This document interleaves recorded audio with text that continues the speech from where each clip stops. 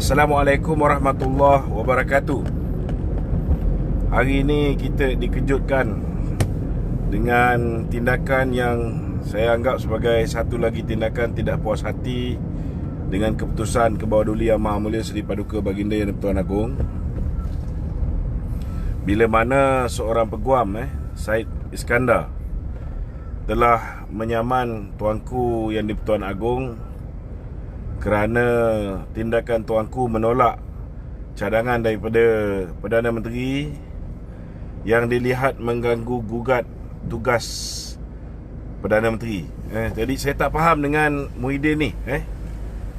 Muhyiddin ni apa lagi yang dia tak puas hati.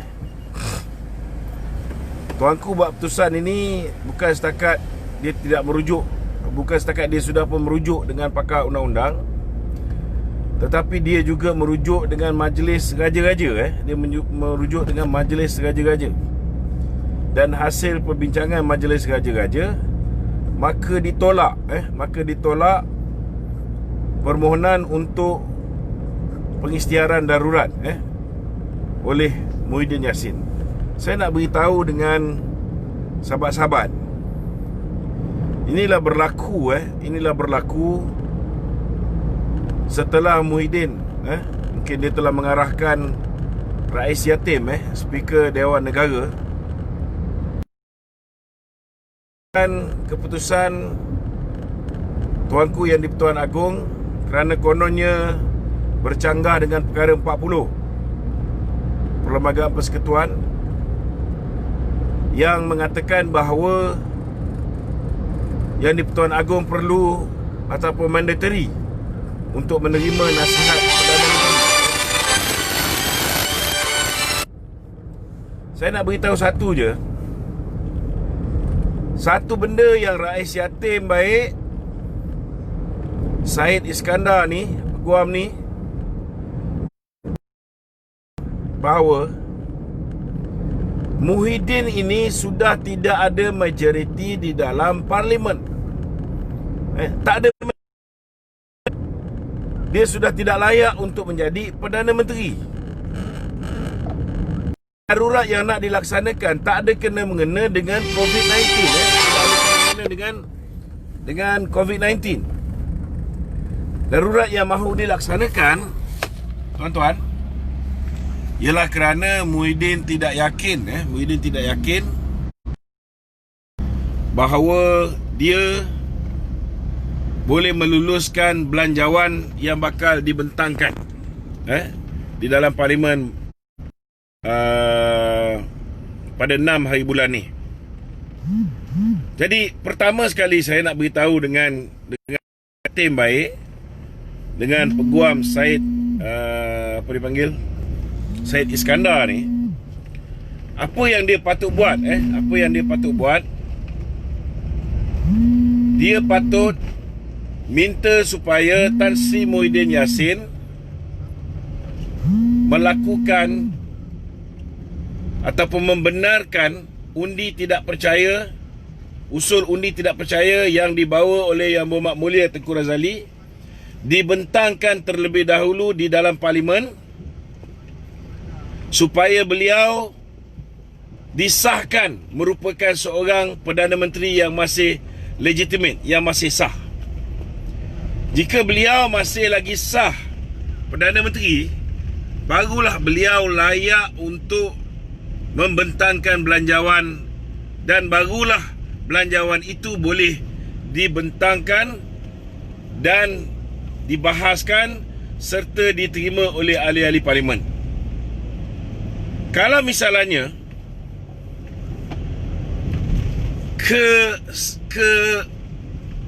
kesahan legitimasi Muhyiddin sebagai Perdana Menteri pun tidak dapat disahkan, bagaimana dia nak membentangkan belanjawan? Dan macam mana pula Muhyiddin boleh gunakan pegawai istana ni untuk mengeluarkan surat? Saya yakin bahawa surat-surat ini dikeluarkan oleh penjawat awam yang bertugas di istana atas arahan Muhyiddin, bukan arahan tuanku. Kerana apabila kita teliti surat ini, jelas bercanggah dengan perlembagaan kerana ianya jelas memburukkan nama tuanku. Sepatutnya Muhyiddin patut berhenti daripada menggunakan pegawai-pegawai istana ni untuk menyelamatkan nyawa dia. Tidak ada sesiapa dalam dunia ni kecuali Allah SWT yang boleh menghalang ahli-ahli parlimen daripada tidak menyokong belanjawan yang dibentangkan oleh Muhyiddin. Yang ini kena faham. Kerana tugas ahli parlimen ialah memastikan bahawa dia buat yang terbaik untuk rakyat. Kalau misalnya belanjawan itu tidak baik untuk rakyat, dibentangkan pula oleh orang yang bukan lagi seorang Perdana Menteri yang sah, maka ahli parlimen berhak untuk menolaknya. Berhak untuk menolak dia. Saya nak beritahu dengan Muhyiddin. Okey, tindakan beliau ini, pertama, tindakan beliau mengarahkan Rais Yatim mempertikaikan keputusan ke bawah Duli Yang Maha Mulia Seri Paduka Baginda Yang Tuan Agong telah menyebabkan peguam seperti Syed Iskandar hari ini menyaman pula ke bawah Duli Yang Maha Mulia Seri Paduka Baginda Yang Tuan Agong. Tengok perangai buruk Muhyiddin. Kerana nak melepaskan diri dia, dia sanggup lakukan apa saja walaupun ianya menjejaskan nama istana.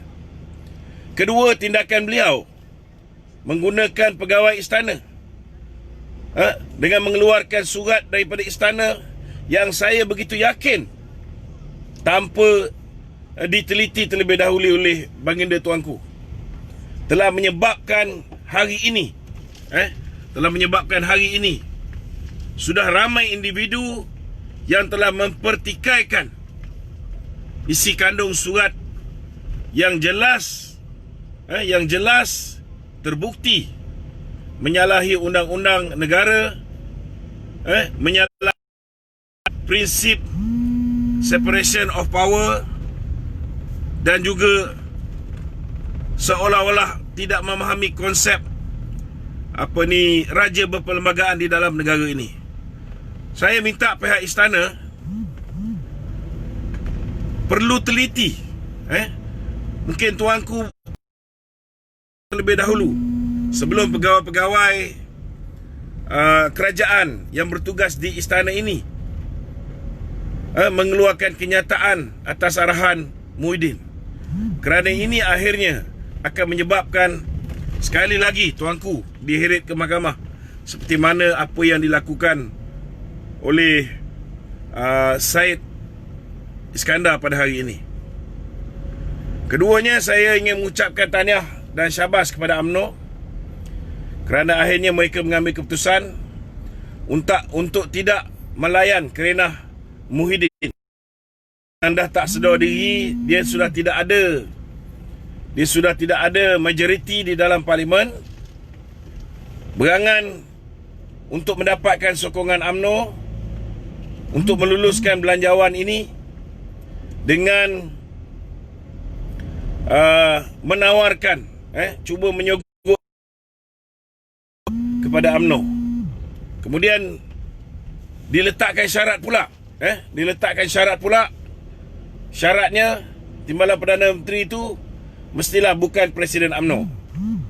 Kita nak beritahu Muhyiddin bahawa parti UMNO ni bukan abah kau yang punya.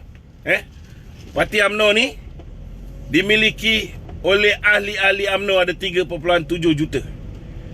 Jadi kalau nak membentuk kerajaan bersama UMNO, harus menghormati ahli UMNO. Ahli UMNO dah memilih Presiden UMNO. Presiden UMNO akan membuat keputusan siapa yang ingin diketengahkan. Sama ada keputusan itu dengan persetujuan MT atau itu persetujuan Presiden Parti. UMNO boleh menentukan siapa dia nak letak sebagai calon dia menjadi timbalan Perdana Menteri, menjadi menteri-menteri, atau apa juga jawatan di mana kerajaan campuran ini memerlukan wakil daripada UMNO. Bukan kamu. Kena faham kuasa yang ada pada kamu tak sama dengan kuasa yang ada pada Datuk Seri Najib, pada Pak Lah, pada Tun Mahathir dulu. Tak sama. Sebab apa? 61 tahun UMNO memerintah tanpa perlu membentuk kerajaan bersama parti lain selain daripada parti komponen Barisan Nasional. Tapi kamu hari ini cuma menang 13 kursi. Daripada 13 kursi itu pun hanya 6 orang je yang masih menyokong kamu. Tapi UMNO menang 54 kursi. Jangan lupa tu. Jadi dah kena belajar daripada sekarang bagaimana nak berkongsi kuasa. Bagaimana nak berkongsi kuasa. Kalau tak reti kongsi kuasa, letak jawatan, bubar parlimen. Letak jawatan, bubar parlimen.